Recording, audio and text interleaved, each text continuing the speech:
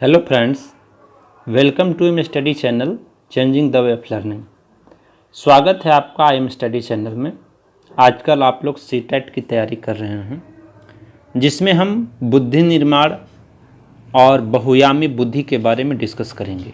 तो सबसे पहले आइए जानते हैं कि बुद्धि क्या है, बुद्धि का प्रॉपर डेफिनेशन क्या हो सकता है और कुछ वैज्ञानिकों के द्वारा अलग अलग, कुछ विद्वानों के द्वारा अलग अलग तरह की परिभाषा दी गई बुद्धि का, जिस पे हम डिस्कस करेंगे।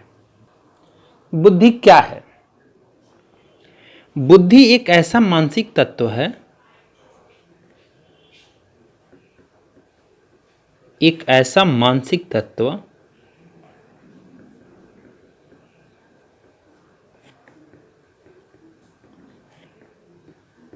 जिसके कारण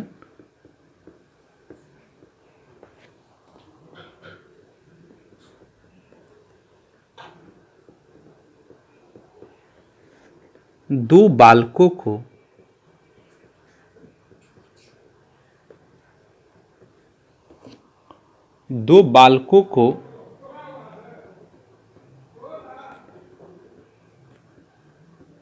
एक ही ढंग से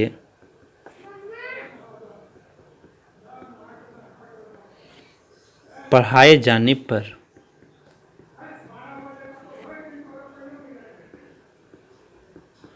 उनके समझने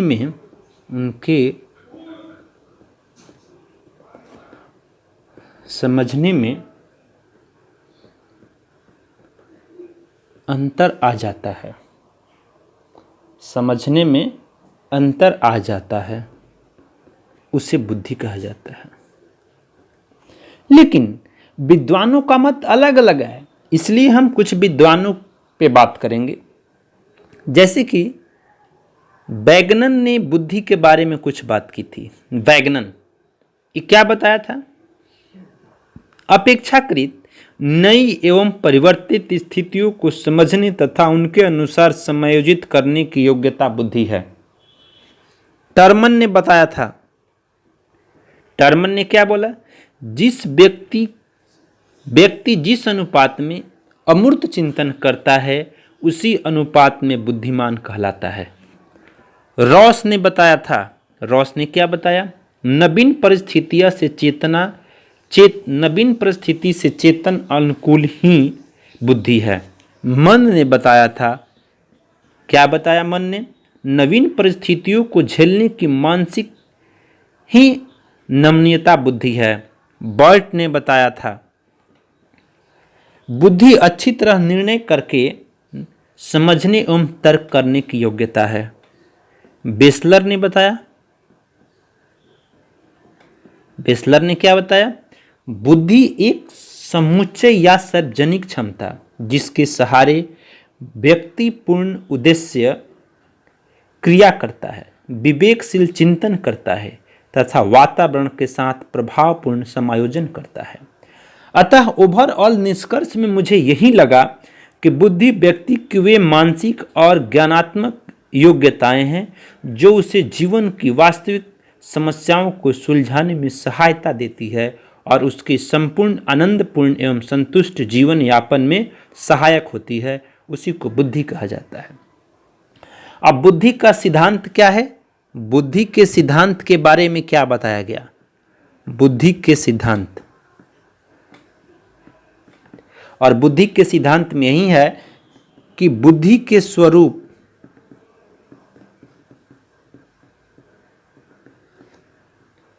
बुद्धि की स्वरूप की व्याख्या करने हेतु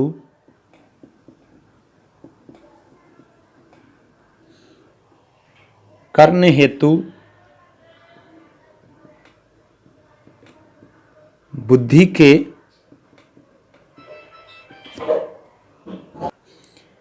विभिन्न सिद्धांतों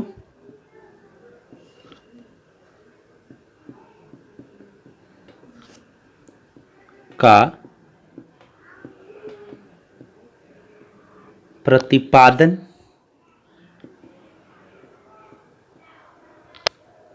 किया गया है। जो इस प्रकार से है। वो क्या क्या है?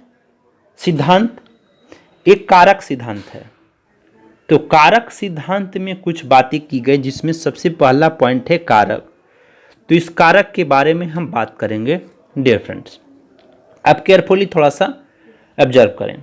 इस सिद्धांत का प्रतिपादन जो है अल्फ्रेड बिने के द्वारा किया गया था, जिसमें बताया गया कि बुद्धि में केवल एक तत्व ही उपस्थिति बताई है जो व्यक्ति की सभी क्रियाओं में विद्यमान होता है। एक व्यक्ति में यदि बुद्धि का भंडार है तो वह उसे जीवन के बिना किसी भी क्षेत्र में प्रयुक्त कर सकता है और सभी क्षेत्रों में सफलता प्राप्त कर सकता है।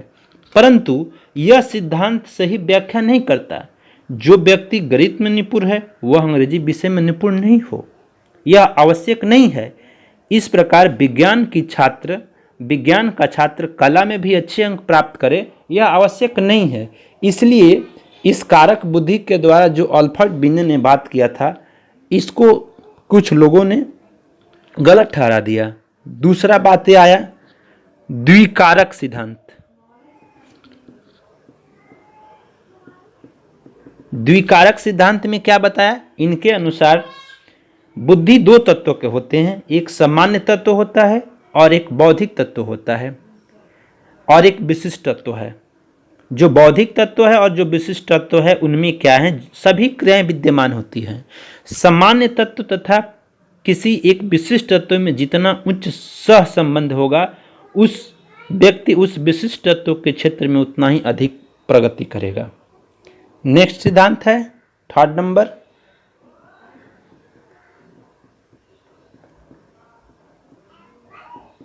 बहुकारक सिद्धांत।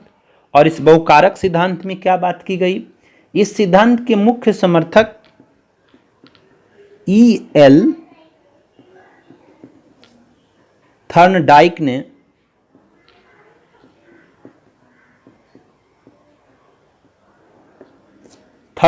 ने इस सिद्धांत के अनुसार बताया कि बुद्धि में कई तत्वों के समूह होती हैं और प्रत्येक तत्व में कोई सूक्ष्म योग्यता निहित होती है। बुद्धि में कई स्वतंत्र विशिष्ट योग्यताएं होती है जो विभिन्न कार्यों को संपादित करती है। बुद्धि में आंकिक योग्यता, शाब्दिक योग्यता, दिशा योग्यता, तर्क योग्यता, स्मरण शक्ति, भाषण योग्यता आदि होती है।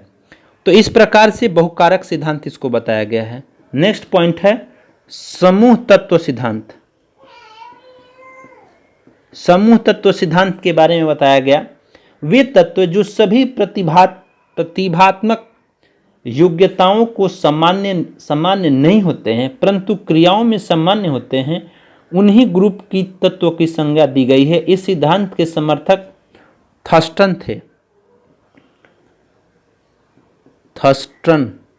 थर्स्टन थे जो प्रारंभिक मानसिक योग्यताओं का परीक्षण करते हुए वे इस निष्कर्ष पर पहुंचे कि मानसिक क्रियाओं में एक प्रमुख तत्व समान रूप से विद्यमान होता है जो क्रियाओं को मनोवैज्ञानिक एवं क्रियात्मक एकता प्रदान करता है और अन्य मानसिक क्रियाओं से अलग करता है। थर्स्टन ने 7 प्राथमिक मानसिक योग्यताओं का प्रतिपादन किया था।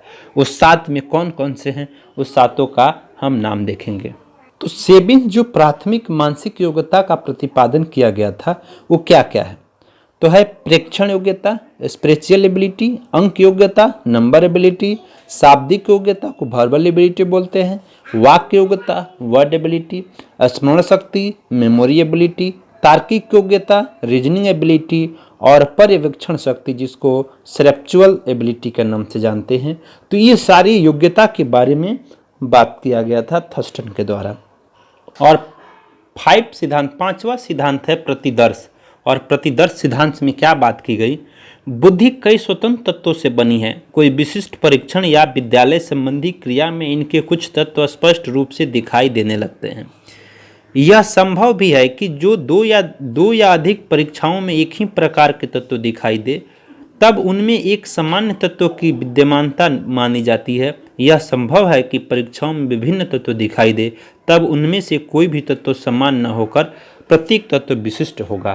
तो इस तरह के प्रतिदर्श सिद्धांत में बातें की गई थी। अब बहुयामी सिद्धांत है और बहुयामी सिद्धांत के बारे में जेपी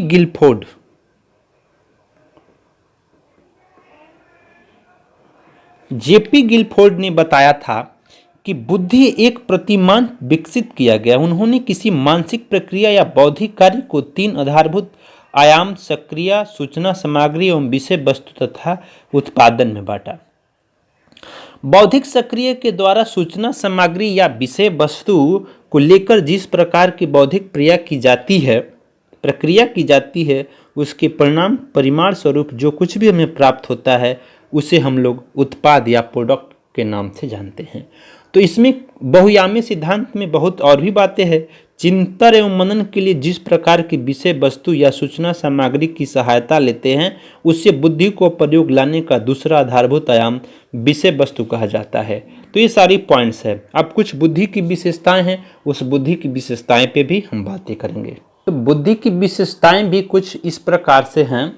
बुद्धि एक सामान्य योग्यता है और इस योग्यता के व्यक्ति अपनी को तथा दूसरी को समझता है। बुद्धि की विशेषताएं निम्न है जिसमें हम एक एक करके देखेंगे। पहली विशेषताएं है बुद्धि व्यक्ति का जन्मजात शक्ति है। दूसरी विशेषताएं बुद्धि व्यक्ति को अमूर्त चिंतन की योग्यता प्रदान करती है। तीसरी विशेषताएं बुद्धि व्यक्ति को विभिन्न बातों सीखने में सहायता देती है। चौथी है बुद्धि व्यक्ति को अपने गत अनुभव से लाभ उठाने की क्षमता देती है। पांचवा है बुद्धि व्यक्ति को भले बुरे, सत्य असत्य, नैतिक और अनैतिक में अंतर करने की योग्यता प्रदान करती है। बुद्धि पर वंशानुक्रम एवं वातावरण का प्रभाव पड़ता है। नेक्स्ट है बुद्धि का विकास जन्म से किशोरावस्था तक माना जाता है। और 8वां है लिंग भेद के कारण बालकों एवं बालिकाओं की बुद्धि में बहुत कम अंतर होता है। तो इस प्रकार से बुद्धि के बारे में, बुद्धि की विशेषताएं के बारे में हम लोगों ने आज देखा और आज के वीडियो में इतना ही रखेंगे। कल हम आगे इसको कंटिन्यू करेंगे। इसलिए डियर फ्रेंड्स मेरे चैनल को कंप्लीट देखें, वीडियो को सब्सक्राइब करें, लाइक करें और शेयर करें। Thanks for watching. Have a nice day.